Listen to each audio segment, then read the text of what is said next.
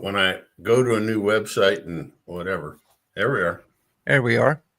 Good evening, everybody, and welcome to Poultry Keepers 360 Live. And remember, this is where knowledge hatches success.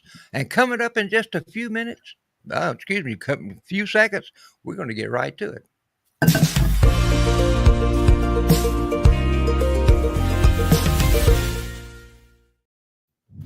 You know, whether you're brooding your first batch of chicks or brushing up on the basics, tonight's episode is all about setting your chicks up for success in their most critical stage of life, the first 2 weeks.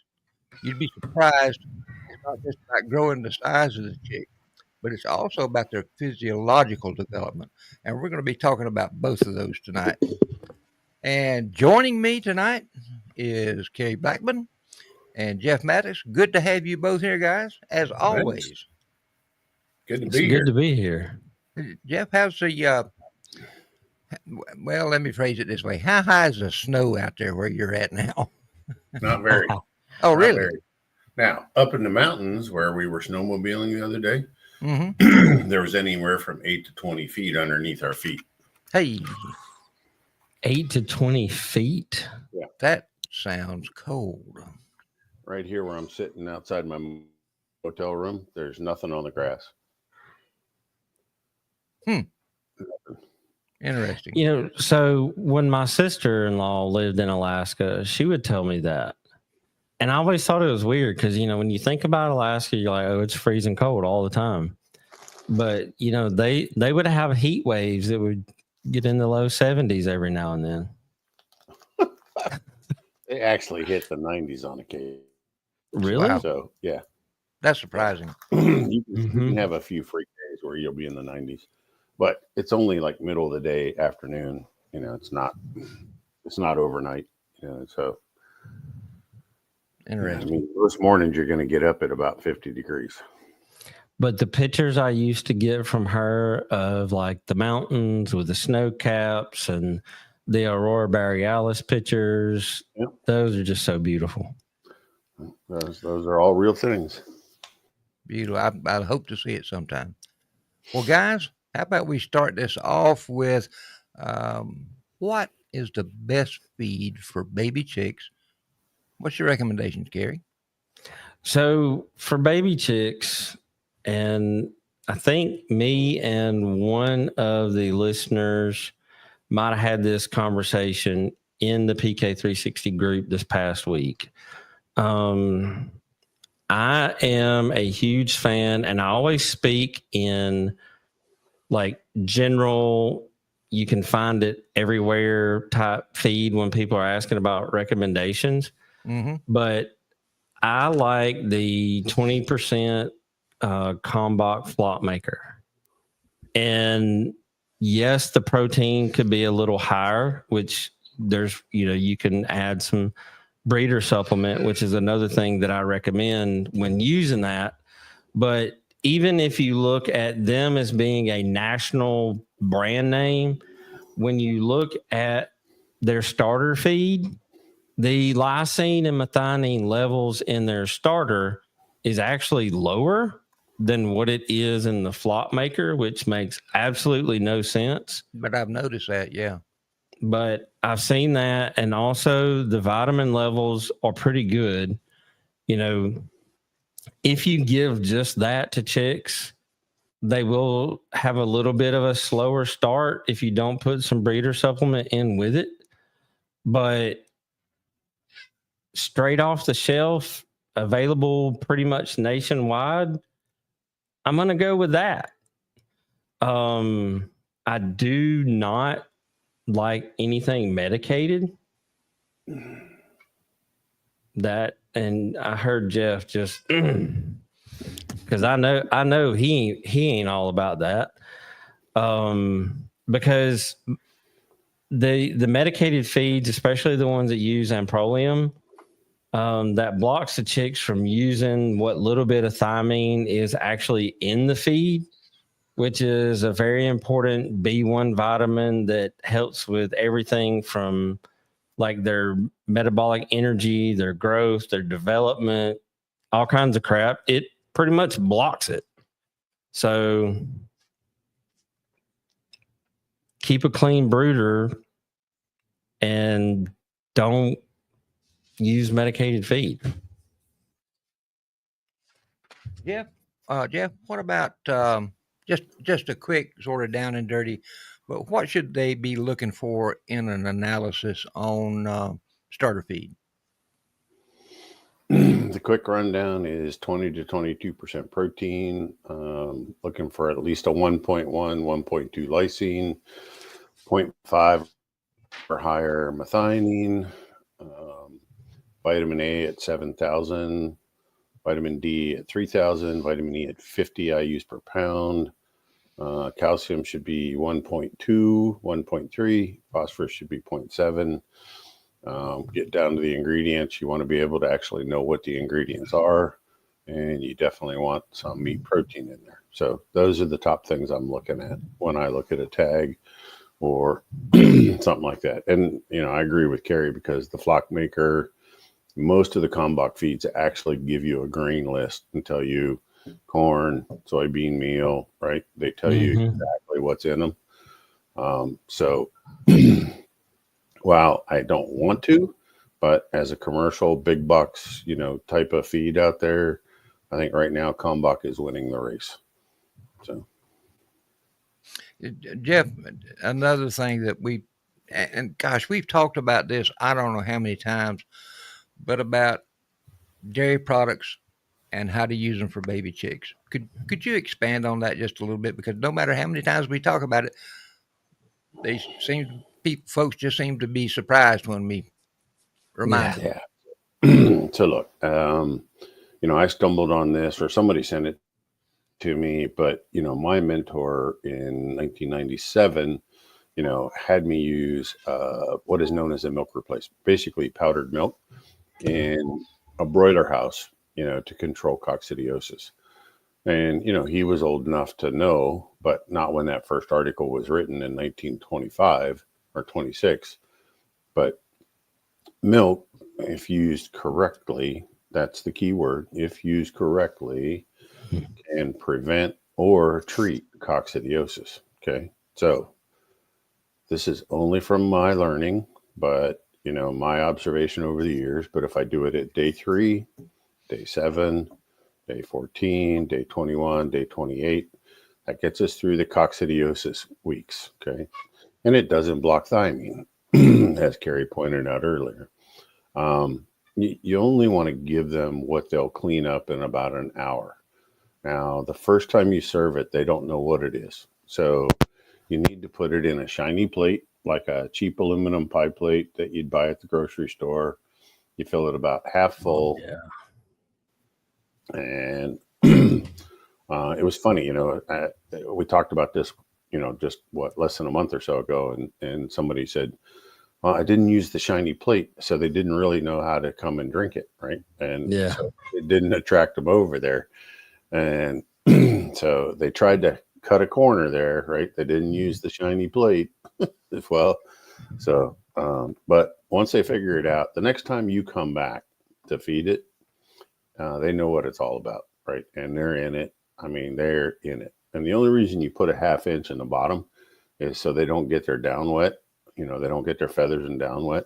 And so some are going to jump right in the middle, think it's a kiddie pool and have fun. So we don't want them getting saturated. But it's a great coccidiosis preventative and treatment. And it's not a drug, right? It's all natural. And I know this is way too simple for some people to get their head around it, but it works. So it does. It really does. It works great. If they were writing articles about it in the 20s, it's obviously been done for a while. And if it's not broke. Now, let me ask this, Jeff. You were talking about the pie plate and using liquid milk. Would mixing in powdered milk or freeze-dried milk in with their feed, would that work? It does. It doesn't work as well. Okay. And if there's any poultry nutrition PhDs or vets or anybody out there right now listening, they're shaking their head and they're thinking I'm crazy, right? And here's the thing. So people also need to hear this part of it. Poultry cannot digest lactose. Okay. So feeding it every day or feeding too much of it will cause diarrhea and have negative effects. Okay. There's a time and a place. There's the right amount. Okay. So just if a little bit's good, a lot is not. So don't do that. Okay. Right. Just follow directions. Okay. Read the warning label. Little bit's great. A lot is not. There was an interesting post on one of the groups, and Jenny said she thinks she surprised me when I asked if sour cream could be used. I hadn't really heard about using sour cream, Jenny, so yeah, I was taken aback a little bit. But we all worked it out, and all's good. That ends well, and I think it did. So thanks for Jenny. I appreciate your comments on the groups. Always, always, always. Carey. Sir? This is something else we talk about regularly, so I'm not going to skip over it again. When should we start chicks on grit? I mean, I don't wait. You should at least be doing it by day 2 or day 3. Now, mine has the grit, chick starter grit mixed in with the feed at about a 2% ratio. So I'm not picking it out. They get it from day 1, but by day 2, day 3, they should be getting it. If you want to be safe, start doing it on day 3, just like you do the milk, just so you can keep the numbers simple in your math. But in my opinion, no more than day 3. Correct me if I'm wrong, but isn't that chick starter that you sell, doesn't that already have grit mixed in it? Yes. Oh, okay. So I am right on that. All right. So here's the thing. If it's mixed in the feed properly, it can start at day 1. If you are going to add it as a hand add, then start on day 3, because they will gorge on those pretty white rocks. Okay. Yep. And we're going to get the ratio in the gut out of balance. That's where the day 1's fine if you blend it in, 1 to 2% of the feed by weight.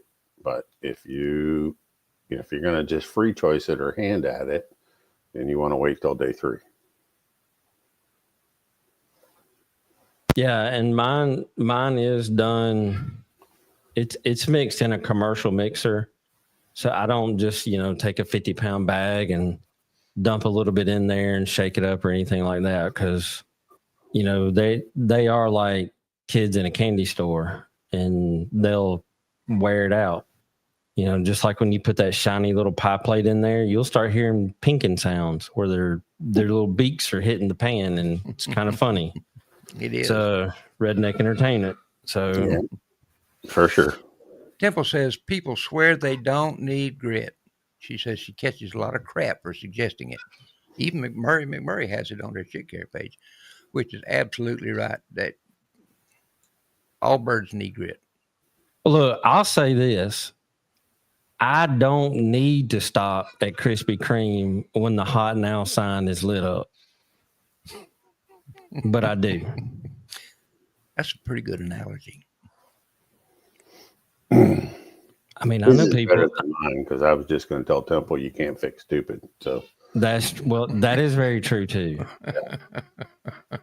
And I mean, with the grit thing, will the bird live without grit all of its life? Absolutely. They do it. Will it live as long of a life as it could? Probably not. One thing that I do know from my own experience is that when you start birds on grit, if you track their feed consumption, grit alone will lower like 15 to 20%. I'd have to go back and look at my numbers when I calculated all of it a couple years ago, because I was a real hard head, and I really wanted to prove Jeff wrong a few years ago, but Good luck. my documentation was not successful. But I do have on a Google sheet exactly how much it was, but it was between 15 and 20% less food that they actually consumed over the first 6 months of their life, just by giving grit. Joey also wants to know, she said her chicks don't want to drink the milk solo. She's wanting to know if it's okay to mix a little hard-boiled egg yolk in there. That is really weird. I mean, Joy has some really unusual things going on in Her chicks brooder. are picky. I'm telling you, but she pampers them really bad. So she's only like the second one in 30 years who's told me that, but it's fine. If you want to, put the hard-boiled egg in with it, that's fine. Something to get them started. Maybe she's getting the wrong kind of milk. It's got to be whole, real milk. Okay. No skim, no 1%, 2%, none of that, right? It's got to be the real deal. Okay? I mean, to be honest, if you could find raw milk, of course, that would be ideal. Yeah.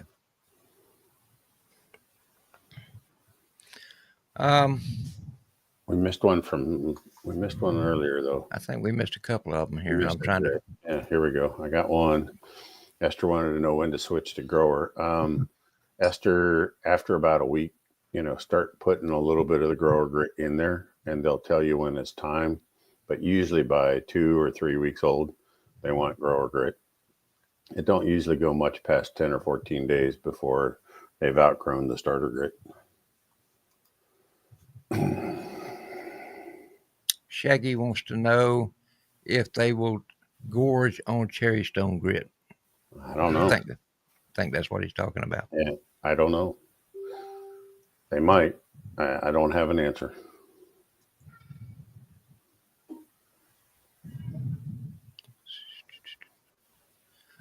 Let's talk a little bit about the first 2 or 3 days. And Jeff, I've heard you talk about this a number of times, and it always impresses me. But just the physiological systems in a baby chick, how they begin to develop, and how that really sets the tone for their success later in life. And once you miss it, you can't. There's no do-overs. You can't go back and get it back. Mm-hmm. Yeah, it's and I'm trying to get this into people's heads, right? So you set everything in the body. You're setting the circulatory system, the digestive tract, the respiratory. Okay, those are not fully formed when that chick hatches. Okay, they develop in a hurry, but having the right environment, having the right feed, having the right everything is going to facilitate that. Also, you're setting the muscle development, right? So you're actually setting, how, what those breast muscles, what those thigh muscles, what those leg muscles, what those muscles will be when the bird grows up, based on that influx of amino acids and proper nutrition. Okay. If the potential is actually in the breed, okay, you can bring that and enhance those factors on your conformation. Okay. So you're actually going to set your conformation completely, your body structure completely in that first week or two, right? So the sooner you get started, like the fresher the feed, the better the feed. Okay. I would almost tell you that, if you got 1 pound per chick of the perfect feed, okay, even if you had to have it shipped into you, and then you transitioned over to like a Kalmbach flock maker or something like that, then it's going to be worth it. Okay, just to set those development patterns for the entire body in that first week. Okay, first week to 10 days. They're only going to go through in the first 2 weeks. Most of our breeds that we talk about here are only going to go through about 1 pound in the first 2 weeks. So Yeah, it's expensive, but I mean, how many people here listening are doing show quality birds, right? You're going to go into a pen somewhere at a show, right? And you're competing. So why not put your best foot forward and bring out the best in your bird? I don't know. No, that's true. And, be sure that you use enough feeders and waterers that pretty much every time those chicks turn around, they're bumping into one or the other. Yeah. In the first week, I want them within a foot of each other.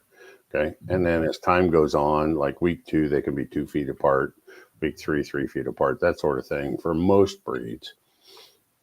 Your bantams, you can keep them closer together, earlier, just because they're going to develop. Quail, you'd want to keep them together a little bit closer, a little bit longer. I don't want an excessive amount of travel distance between feed and water for sure in the first week. Okay. I want them to find all that as easily as possible. And again, it's going to make a difference on how they turn out in the end.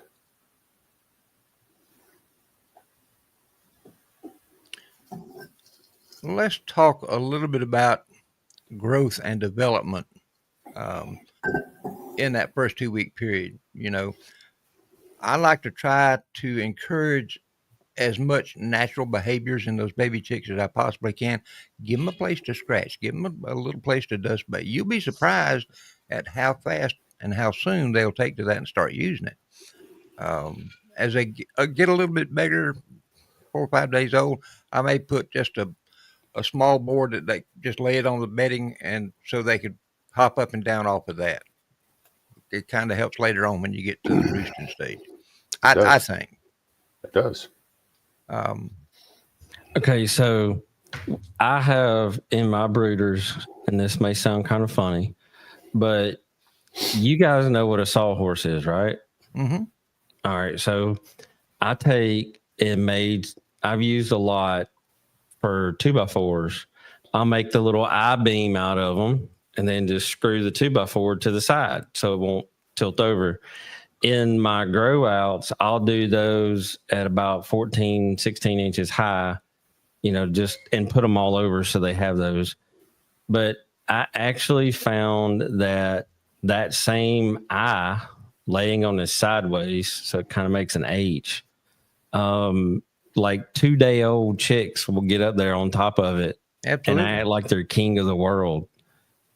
Well, even young baby chicks, like you said, 2 days old, if they're raised by a broody hen, she'll have the chicks tucked up on her, but it's not at all unusual to see those chicks hopping up on her back and crawling all over. Yep. Jeff can remember the first time I had a hen hatch some out in a pen. I was talking to him, and I think they were like 3, maybe 4 weeks old, and I could hear the chirping sounds, but they were like 5 feet up in the air on a roost pole, and they were a month old. I was like, how? They were born with good vigor, and they were off to a good start. Yep. So it's amazing what they'll do if they get a really good start in that first couple weeks. It's amazing what they will do, what they can do. One thing that I noticed, and that really impressed me once I got switched over to a good feed, was that how much that even helped improve my rate of feathering. My reds are pretty slow to feather anyway, but it made a noticeable difference at how fast they started growing feathers and how fast the feathers actually grew in. It was very encouraging from that standpoint. Yeah, when you start getting those amino acids right, just things start clicking like they're supposed to. Oh, man, right? That's for sure. But it wasn't what you were used to. You had 40 plus years of growing them on what you could get, somewhere close by. And you didn't know any different. And it wasn't your fault. But,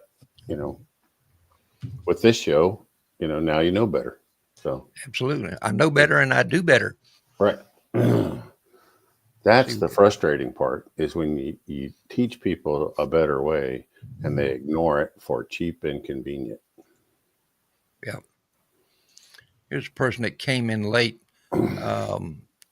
What fresh chick starter brand do you recommend? Carey, I'm going to toss that to you because you were the one that waxed poetic on that to begin with.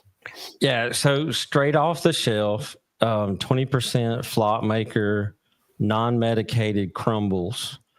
You can get that at a lot of big box stores. Chewy will even deliver that particular formula that they have. If you look at that formula, it has the highest amino acids of all of theirs, which is weird. And to get it where it's perfect, 1 tablespoon, maybe rounded over, not quite heaping, of breeder supplement, and about the same amount of oil. What I did was I would put a pound of feed in a gallon-sized baggie and then dump the other end, zip it up, shake the crap out of it, and they would eat it like a 2-year-old on Halloween. So I'm not sure, but I think S&G, after I made that comment about breaking down and ordering in like the ultimate chick feed for that first 2 weeks, it may have been in response to that, and I don't know. So I'm going to say, if you want the best chick feed possible, you're going to order it from Carey in 25-pound boxes and get it shipped to your door. And you're not going to complain about the price, and you're not going to complain at all, right? You're going to try it, and then you're going to come back on the show and say, "Oh my God!" Okay, so, exactly, exactly, makes a huge difference. That's what SG was asking for. Oh yeah, he confirmed there. Yeah, that comment. Look, that 23%. And I've got amino acids like the lysine at 1.35, and the methionine is almost 0.6, and the threonine's at 0.8, and it's got meat protein in it. It has no BS in it, and so I mean, it's a rock and roll formula. There's nothing else on the market that's going to beat it or keep up with it. Okay, I agree. I agree. It's going to be expensive. Okay, but it's your future. But it's worth it. Between what I saved on using grit and the feed reduction in that, and the feed reduction that I got by upping the quality of the feed, it's pretty much a wash. Pretty much a wash in price when it comes right down to it. Well, okay, you're going to do it with about 25 or 30% less. Okay. But when you see the 30% enhanced growth, I mean, you're going drastic different. Oh, it's incredible. I know. And so, Carey, people need to know how to get all of you so you can answer the questions. Okay. So put it in the comment bar where they can find you, find it, find whatever. Right. And, yeah. Okay. Or you can call him at BR549. BR5. Only a handful of us know what BR549 is, Rip. Come on. I know. Come on, Barney. Hey, while Carey's doing that, Temple says she has chicks hatching today. She says she pulled them out once they are standing well and put them in the brooder so they can eat and drink ASAP. Some people tell her, no, leave them for 72 hours because they are absorbing the yolk sac and are fine. What do you do? No, you do not leave them in there for 72 hours. No. Temple, you're doing it right. You just ignore all the idiots. Okay. And, I'm hanging out with Mike Lotzer this week here in Alaska, and they, he just hatched 9 for 9. And he has a little bit of food already in the hatcher with him. Yeah. Right. So that's what John Gunnerman does. Right. So if he'll leave them in there for up to 24 hours, but there is food in the hatcher. Okay. Now, if you don't want to put food in the hatcher because of the mess, then do what you're doing. As soon as they can stand and walk, you get them out of there, put them in the brooder. And look, you're going to have a mess in the hatcher no matter how you look at it. Right. But the sooner I can get food into a chick, the better they're going to grow. That's 100%. Like I had the hatcher baskets because, and I blame John for this too. The hatcher baskets that he uses with his CT series have those annoying pegs on them that get lost unless you super glue one side in. Yeah. And that works really well, but it makes stacking them a pain. But if you look at the next series up, the HB series, and buy those big baskets and the lids to go on those will actually fit into the CT series incubators.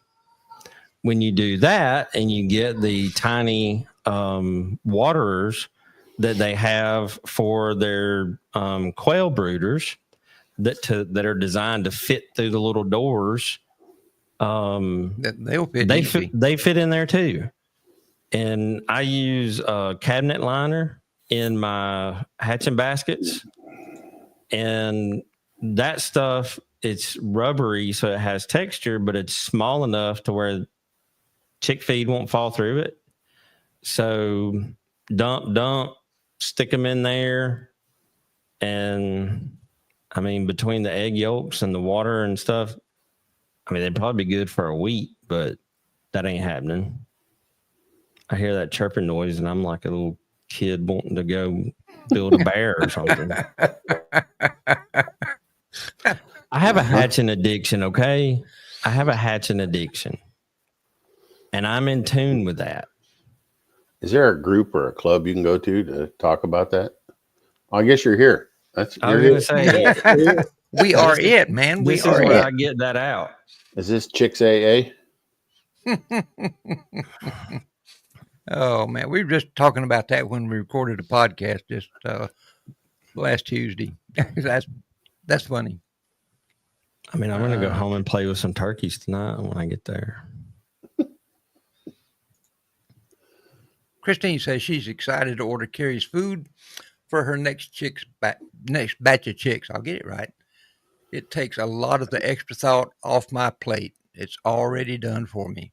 It's easy peasy and it's good stuff. You're exactly right. Rips chickens like it. Mm-hmm. It ain't cheap and it ain't easy, but it's the best you're going to get. Well, what's that you always say? Cheap feed ain't good and good feed ain't cheap. That's right.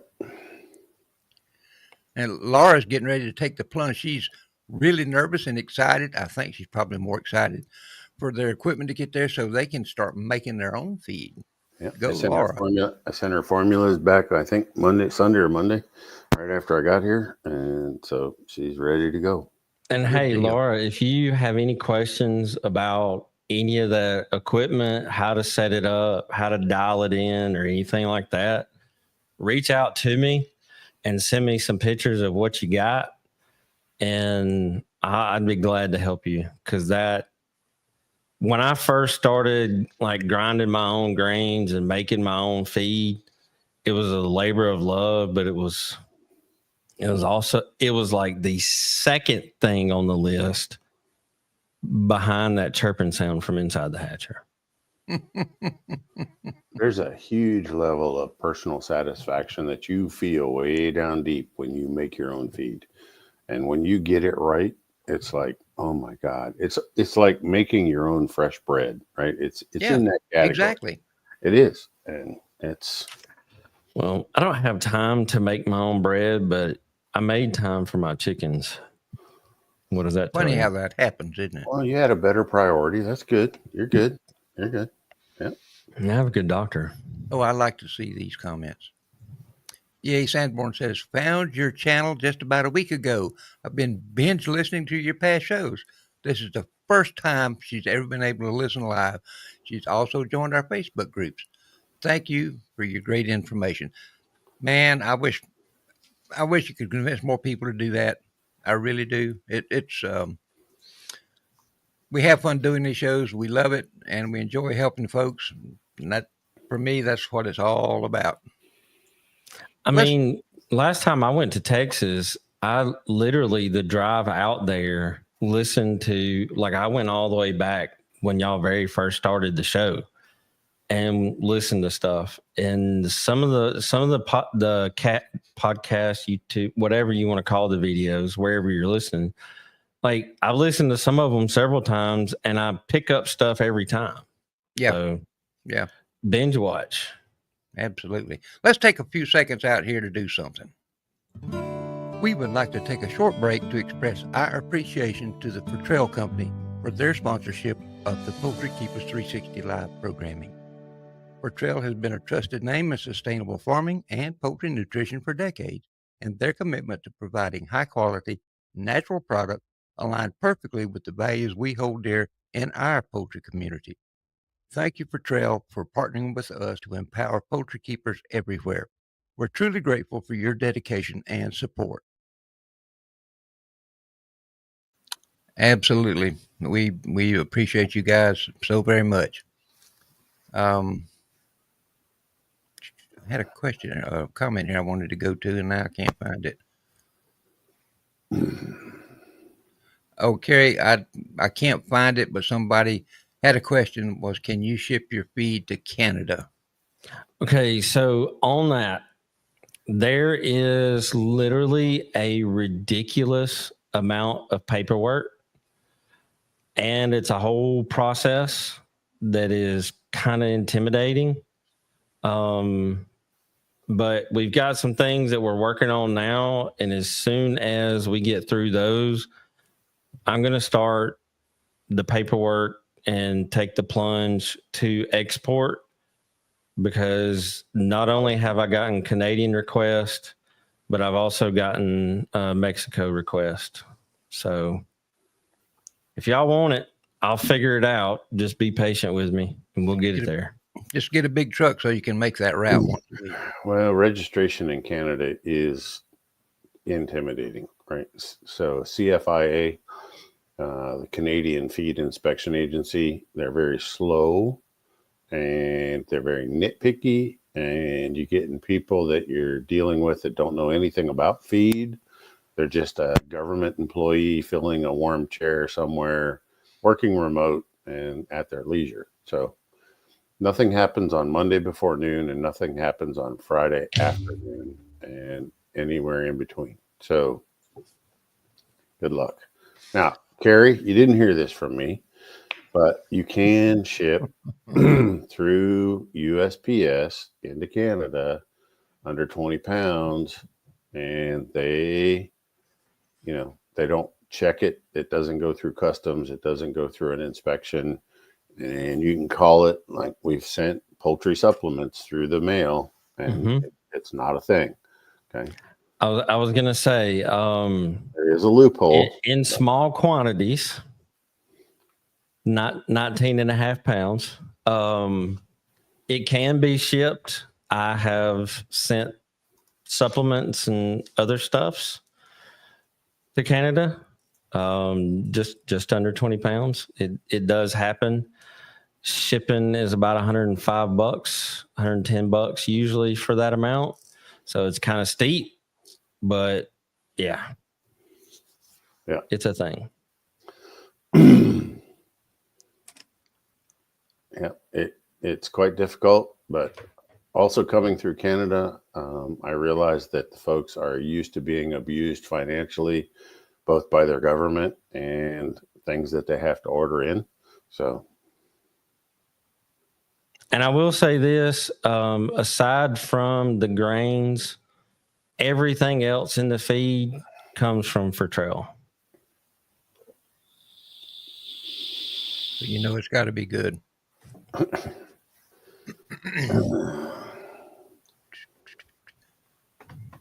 There was a question here about, I'm losing it tonight, folks. Sorry about that. Just bear with me. William says he read a couple of seasons ago that having a clean brooder bottom, not slippery, one could just add some ground starter feed in place of the litter. Chicks will peck in whatever is used for litter, so why not use some feed? I know a couple of judges that have been doing that for years. That's not a problem at all. Actually, the best brooder people in the world lay down like brown craft paper that's not what it doesn't have a finished, so it's still kind of textured and a little bit coarse. And they'll put feed right on that, and they'll put water in between the feed, and and then after day 3, they gradually start removing the feed from the floor, right? As they see it's getting spoiled or wet or whatever, right? If it doesn't look good, they'll just start pulling it, and eventually they just have the feeders and the waters in there. Usually by the end of the first week, you're in good shape to just be using feeders and waters. Okay, so I got to chime in on this because I was told I was crazy when I tried it. But my favorite brooder that I have, I call it my coffin brooder because it's literally shaped like one. It's about 8 feet long, 2.5 feet wide. It's got 2 4-foot sections in it. And after using it for hundreds of birds for a season, like the wood, you could tell it was taking a toll on it. So I'd seen too many of those Flex Seal commercials where the guy cuts the holes in the boat. And I don't know that I would ever try that, but they make a version of that that's textured. Now, be prepared to let it sit for about 2 weeks because that's how long it took to get the smell out. It puts off a horrible smell. But now the floor is sealed, so I don't have to worry about anything messing with it. And they have the texture, so I don't have to worry about, any kind of feet problems.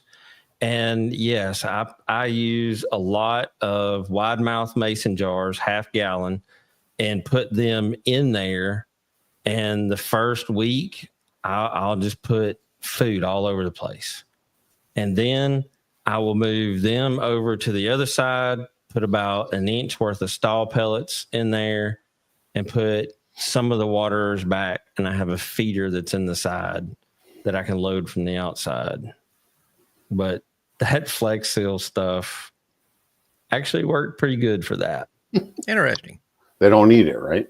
I'd only be worried if they start eating it. Okay. Like they didn't peck at it or anything because I actually put a camera inside the brooders so I could check on that. And, I also like having a brooder cam. Of course you do. Yeah. Yes. The tech geek comes out in him now. I think he's a helicopter dad. So anyway. I want to, talk about dedication. I want to share this comment that came in with you. Motion and Mindset said it's 2 a.m. here in Albania, and he's enjoyed his favorite show. Well, thank you so much. That person has the right name. Yes, sir, buddy. Absolutely. Thank you for that comment. Makes my day. What's the best way to get chicks to be human friendly so they are not their normal flighty self? I'm glad you brought this one up, Rip, because it makes me nervous that chicks are flighty. So there's either too much light in their environment, or there could be, if that feed is really not, hitting all the, checking off all the blocks that those birds need. So those chicks should be friendly, especially if you're giving them any human interaction on a daily basis.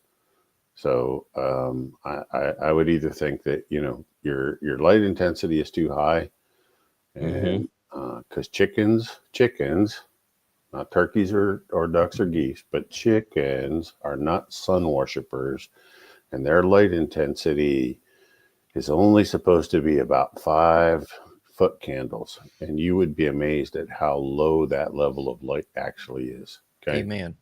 And there's a free app. Carey had mentioned it, or somebody told me about it. You can download it. You can get a foot candle meter. It works through the camera on your phone, and it'll measure it and tell you what you are as far as lux or foot candles. Those two are kind of they go hand in hand. a foot candle is 1/10 of a lux. So 50 lux, 5-foot candles. You really only want between 5 and 10 foot candles. So I would recommend checking that. That's important. And, those pictures I posted of me holding a rooster in Saskatchewan, right? That's where I downloaded the foot candle app and used it. And we were at like 400 or 500 and some foot candles, right?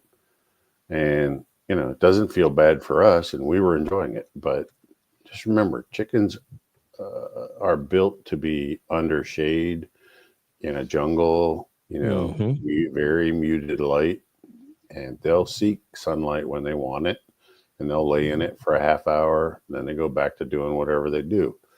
But they do not like light intensity. And I think this is one of the number one things that people really miss is they overstimulate their birds. Yes. Yeah. Yeah. And sometimes I have done things like I had a mealworm farm thing for a while. And I would take the very small mealworms and just hold one in between my fingers. And when that little worm would start flipping around, you had those chicks' attention, guaranteed. And I wouldn't overdo it. I'd take maybe feed them 4 or 5 of those. Another thing that I have done is get them to take in boiled egg yolk off my fingertips. But again, don't overdo that, because you want them to eat the good feed, the good stuff. But I'm one of those that kind of likes to treat them once in a great while. I want to throw that in there because I knew Jeff was getting ready to crack my knuckles. Well, both of the choices that you had were actually good choices. Okay, so the mealworm's good protein, it's pretty balanced nutrition, but I still don't want them filling up on mealworms. And feeding some egg yolk periodically, there's nothing wrong with that either, right? In small quantities. So it's better than people that want to feed them scratch and cracked corn and these molasses filled pecking blocks. Absolutely. Right. Those drive me nuts. But no, you had good choices there, Rip. So very good. You won't hear anything bad from me. Blind hog finds an acorn every now and then. That's what my dad used to tell me. Laura says, Carey, now I'm going to set up my blink cameras. You're wearing off on them, son. It's entertainment, I'm telling you. And when you share it on, like, some of the videos that I have shared on all kinds of random different stuff, some of the more popular ones was a 30-second clip out of my brooder. I've gotten questions about why is the light blue? What kind of feeders are you using? What kind of water is that? What kind of bird is that? Like, all kinds of questions over those. Well, Carey, you're the IT guy. So why you have not set up a live stream camera that shows, in your different brooder setups or different pens, why you don't have these images live streaming on your website, so people can check in on what's Carey hatching today. Okay. Okay. So would you like for me to tell you why? Why? Because for me to set up that feed requires a lot of bandwidth, and I would have to update my package on my website to one that's like $80 a month. All right. To be able to stream that much. All right. And in other words, he's cheap, Jeff. I have thought about on hatch day, like creating another Facebook account so I can do it and share it, but setting up a iPad and going live so people can watch it. I have thought about that. Well, Carey, here's a thought for you. The marketer in me is coming out here, but set up a deal with some of the camera manufacturers or a camera manufacturers to be their exclusive. You will use their products exclusively if they provide them to you and pay for the bandwidth upgrade. Ooh. See there? Yeah, The I light could do just came that. on. That is, yeah, I You'd could be do surprised what some of those folks go for. that. You're right.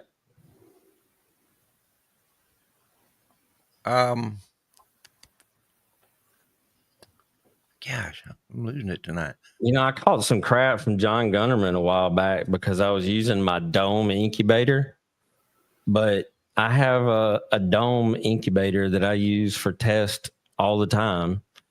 And I use that so I can keep a camera on it because people love to see the little pip and then see the chick pop out. It's like, you know, the little red thing on a turkey that pops out when it's ready. The snood.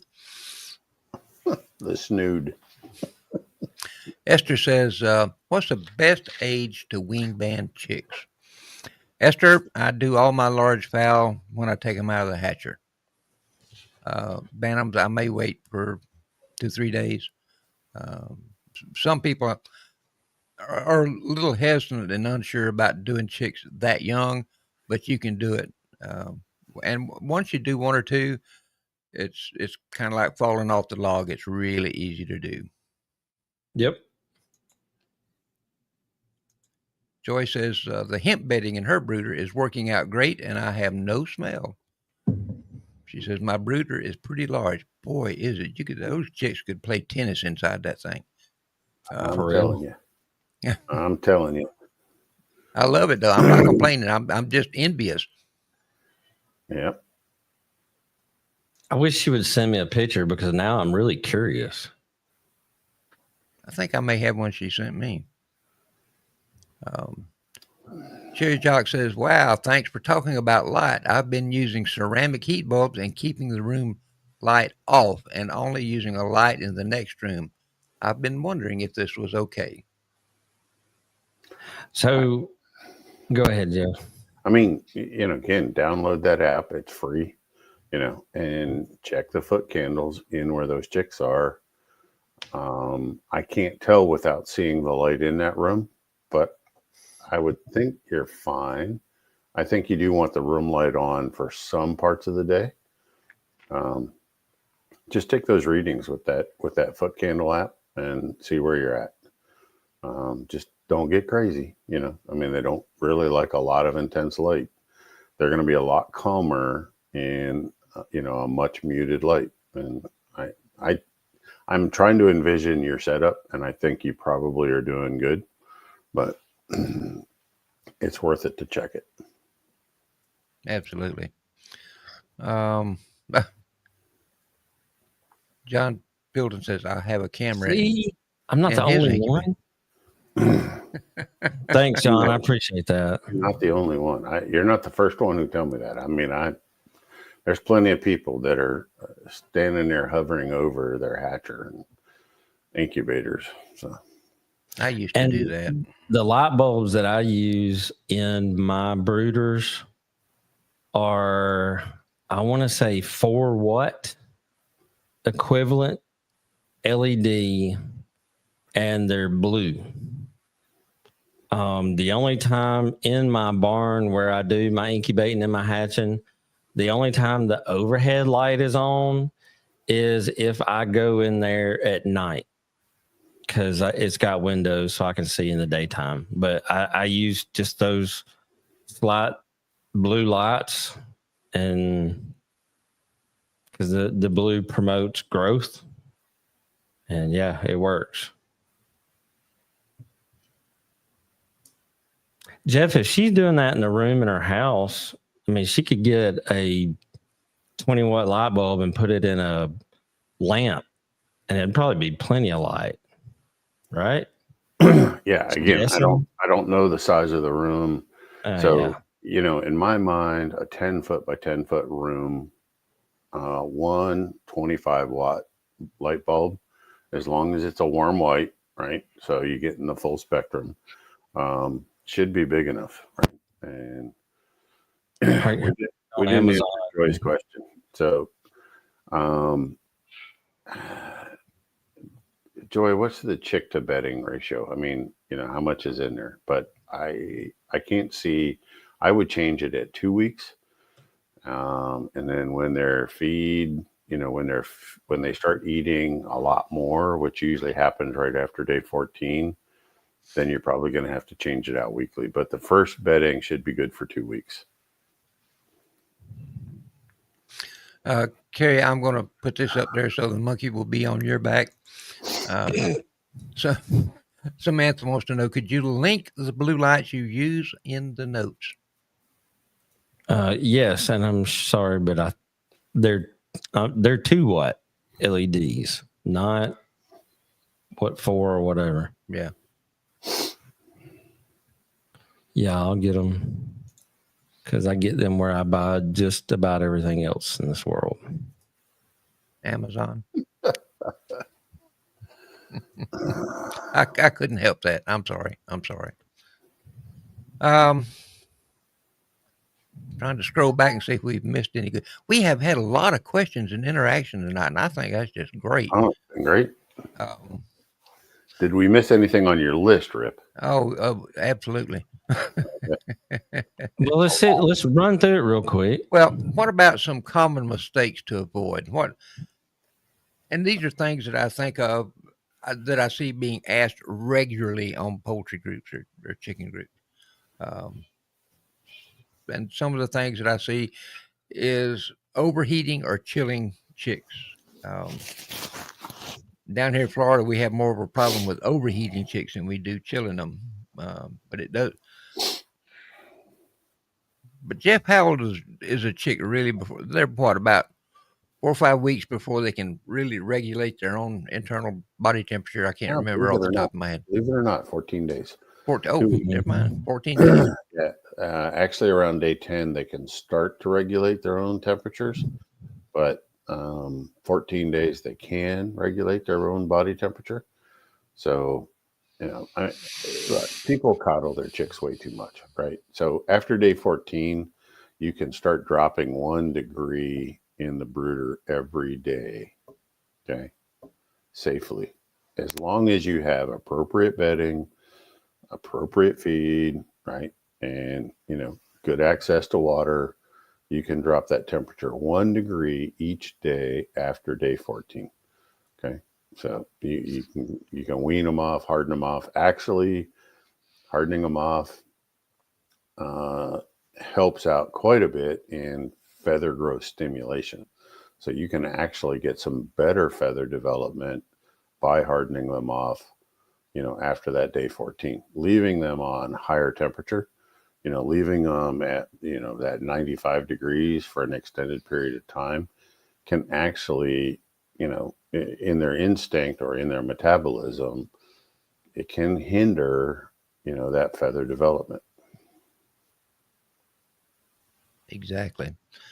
Another thing I wanted to mention, we don't have to spend a lot of time on it, but mixing ages of chicks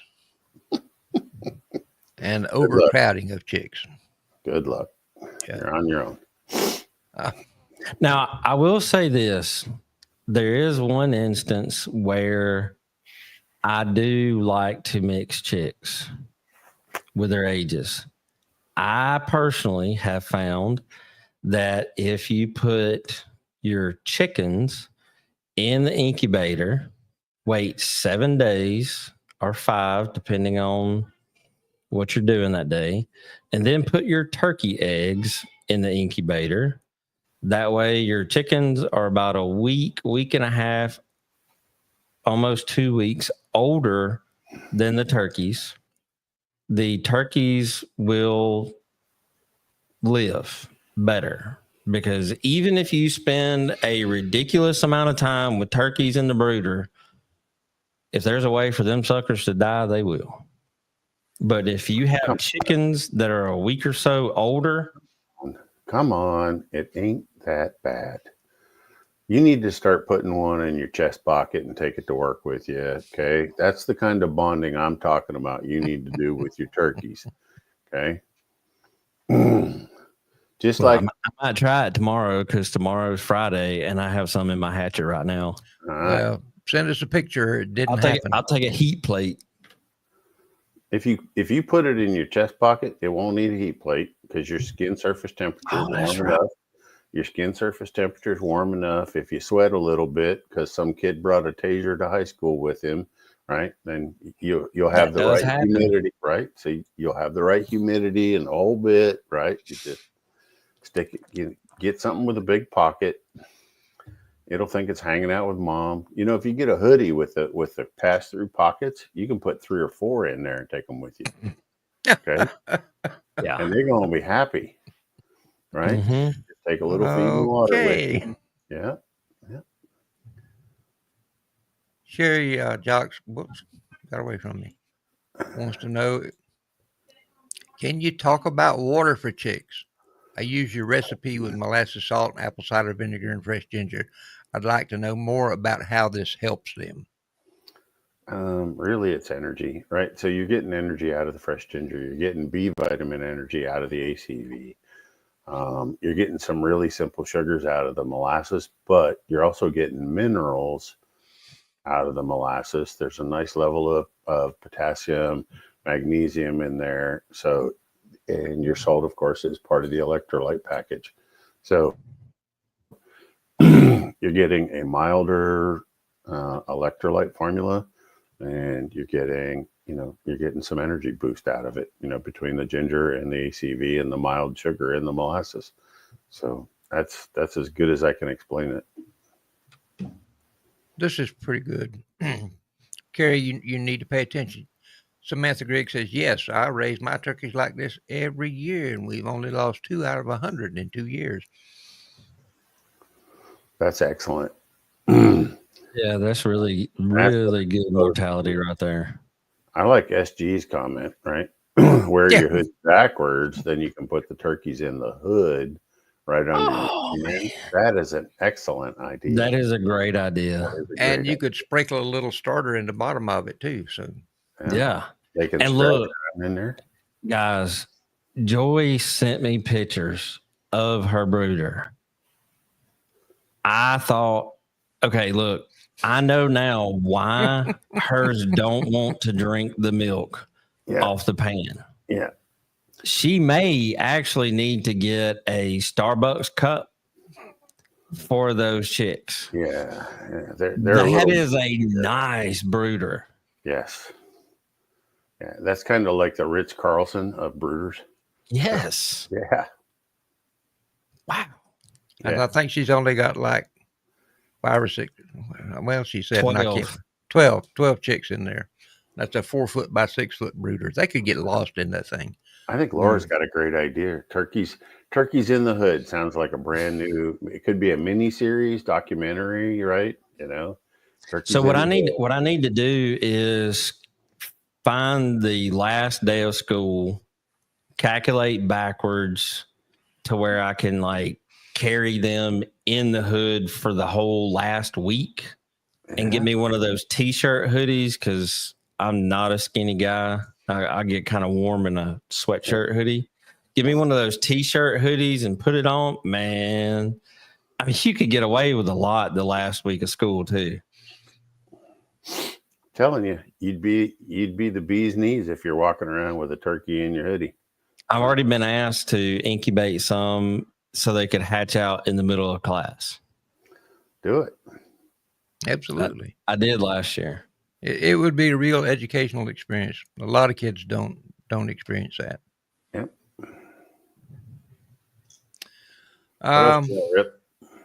That's really about all I've got. Again, I just want to thank everybody for joining us tonight. We've had a good group of folks on with us. We've had some good questions, some good interaction, and we heard from a guy who loves to stay up late at night, apparently from Albania. So he's up at 2:00 listening to the show. God bless him. We love you, guy. He loves to hear Americans talk about chickens. I can't blame him. I love to hear anybody talk about chickens. Now, come on. But Jeff, do you or Carey have anything else do you want to chip in and add tonight? No, it was a great show. This is one of our best. I really enjoyed it. Yeah. I love talking about baby chicks. I like talking about hoodies and turkeys. I just started to say, I knew that was coming. Look, yeah, I'm Do just give me it. some time. I actually All think right. I have one of those hoodie T-shirts. Well, you probably can't wear a T-shirt though to a school, can you? You probably have to dress a little bit better. I was going to say, just take one old T-shirt, cut out part of it, make a pouch like a kangaroo, put your Okay. turkeys in there. Well, I'll stow it say in there. this: I have tenure, so it would take a board meeting or a felony to fire me. Okay. And What's the problem? Go for yeah, it. so If you know a seamstress, just have her put a look, pouch on the I front did it for educational purposes. Mm-hmm.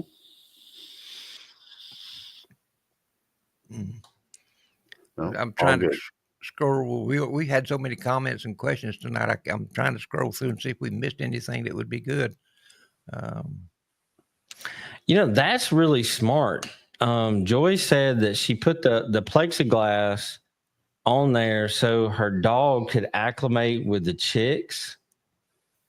And that, hey, that's smart. That's actually a really good idea. I need to find out if she works at a hospital or a doctor's office, because if I have to go to a hospital, a smart person like that's who I want to take care of me.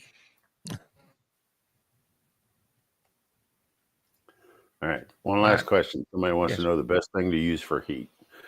Lamps aren't safe, and I've heard people don't like the plates. I use a ceramic reptile heaters. It's hard to describe, but it's flat on the bottom. It's all ceramic. It just emits a radiant heat.